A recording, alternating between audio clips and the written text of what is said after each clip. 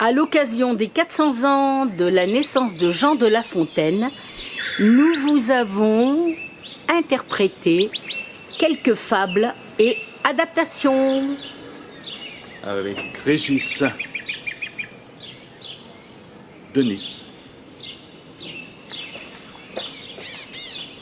Avec Michel de Paris.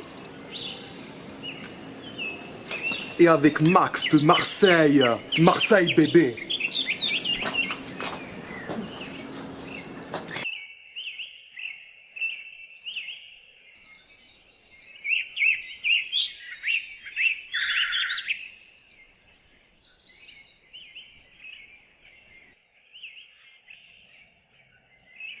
Le loup et le chien, Jean de La Fontaine. Le loup n'avait que les os et la peau, tant les chiens faisaient bonne garde. Ce loup rencontre un dogue, aussi puissant que beau, gras, poli, qui s'était fourvoyé par mégarde. L'attaquer, le mettre en quartier, sire loup l'eût fait volontiers, mais il fallait livrer bataille, et le matin était de taille à se défendre hardiment. Le loup donc l'aborde humblement, entre en propos et lui fait compliment de son embonpoint qu'il admire. Il ne tiendra qu'à vous, beau sire, d'être aussi gras que moi. Quittez les bois, vous ferez bien. Vos pareils sont misérables, cancres, airs et pauvres diables dont la condition est de mourir de faim. Car quoi? Rien d'assuré. Pointe franche l'épée, tout à la pointe de l'épée. Suivez-moi, vous aurez un bien meilleur destin. Que me faudra-t-il faire? Bon, presque rien. Donner la chasse aux gens portant bâton et mendiants, flatter ceux du logis, à son maître complaire, moyennant quoi votre salaire sera force relief de toutes les façons. Eau de poulet, eau de pigeon, sans parler de maintes caresses. Le loup déjà se forge une félicité qui le fait pleurer de tendresse. Chemin faisant, il vit le col du chien pelé. Qu'est-ce là? Rien. Quoi, rien? Peu de choses. Mais encore. Bah, le collier dont je suis attaché, de ce que vous voyez, peut être la cause. Attaché. Vous ne courez donc pas, vous voulez? Pas toujours, mais qu'importe. Il importe si bien que de tous vos repas, je ne veux en aucune sorte, et ne voudrais même pas ce prix un trésor. Cela dit, maître loup s'enfuit et court encore.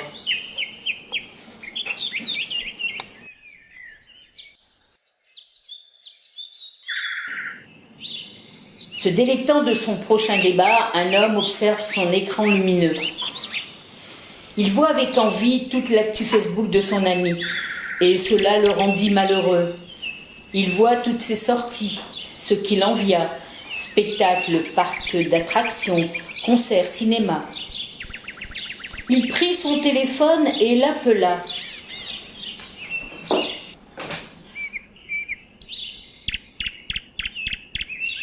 Le lendemain, faisant, ils se retrouvèrent au lieu dit.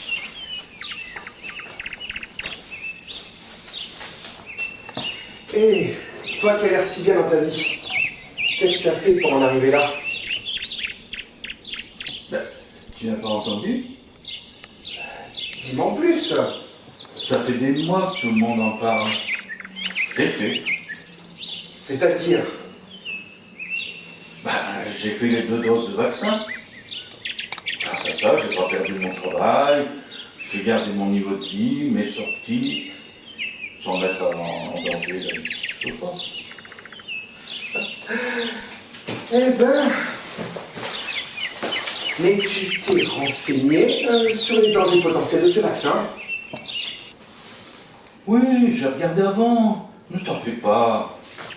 J'ai vu tous les effets secondaires. Je me suis porté volontaire car, voyant la dictature dans laquelle on vit, J'ai anticipé les nouvelles mesures et j'ai pris le moins pire des vaccins avant qu'il n'y en ait plus. Et je me porte bien. Et c'est pas de ça, c'est pas de ces problèmes-là que je veux parler. Maintenant que tu as fait les 2 doses, tu as obtenu le pass sanitaire, qui t'a donné un QR code. Tu es devenu un numéro, l'ami. Tu vas partager plus de données, qu'est-ce qu'il en faut? Tu as peut-être maintenant la liberté, mais qu'est-ce que ça va amener comme problème? On ne sait pas par la suite.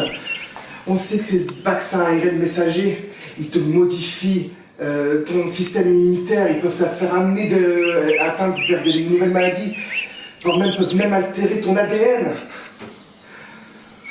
Qu'est-ce que tu vas devenir demain? Et dire qu'après tout, ces films d'anticipation qu'on a regardés quand on était jeune, cela aurait dû t'alerter. Mais moi, je ne suis pas prêt à perdre tout mon confort. Et moi, je préfère de loin être en dehors de la société et de jouer avec mes derniers droits, plutôt que de garder mon petit confort à ce prix. La liberté de mon corps.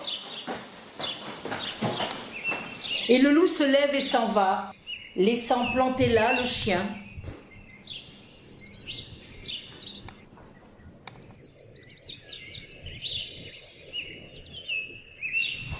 Un loup n'avait que les os et la peau, tant les chiens faisaient bonne garde. Ce loup rencontre un dogue aussi puissant que beau, grave, poli, qui s'était fourvoyé par mégarde. L'attaquer, le mettre en quartier, Sir Loup l'aurait fait volontiers. Mais il fallait livrer bataille. Et le matin était de taille à se défendre rapidement. Le loup l'aborde donc humblement. Entre son troupeau, il fait un compliment sur son embonpoint qu'il admire. Il ne tiendra qu'à vous, beau sire, d'être aussi gros que moi, lui répartit le chien. Quittez les bois, vous ferez bien. Vos pareils, ils sont misérables. Cancres, airs et pauvres diables, dont la condition est de mourir de faim. Car quoi? Rien d'assuré, point de franche d'épée, tout à la pointe de l'épée. Suivez-moi, vous aurez bien un meilleur destin. Et le loup reprit. Que faudra-t-il faire? Presque rien, dit le chien. Donner la chasse aux gens, portant des bâtons et mendiants, flatter ceux du logis, son maître complaire, moyennant quoi votre salaire sera force relief de toutes les façons. Des os de poulet, des os de pigeons, sans parler de maintes caresses. Le loup déjà se forge une félicité qui le fait pleurer de tendresse. Chemin faisant, il vit le col du chien pelé. Qu'est-ce là? Lui dit-il. Rien. Quoi rien? Peu de choses. Mais encore, le collier dont je suis attaché.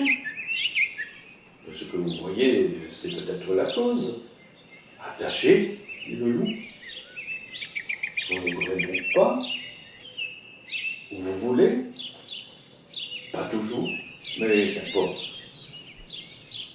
Il importe si bien que tous vos repas, je ne m'en veux en aucune sorte.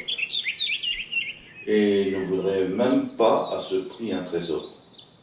Cela dit, Maître Loup s'enfuit et court encore.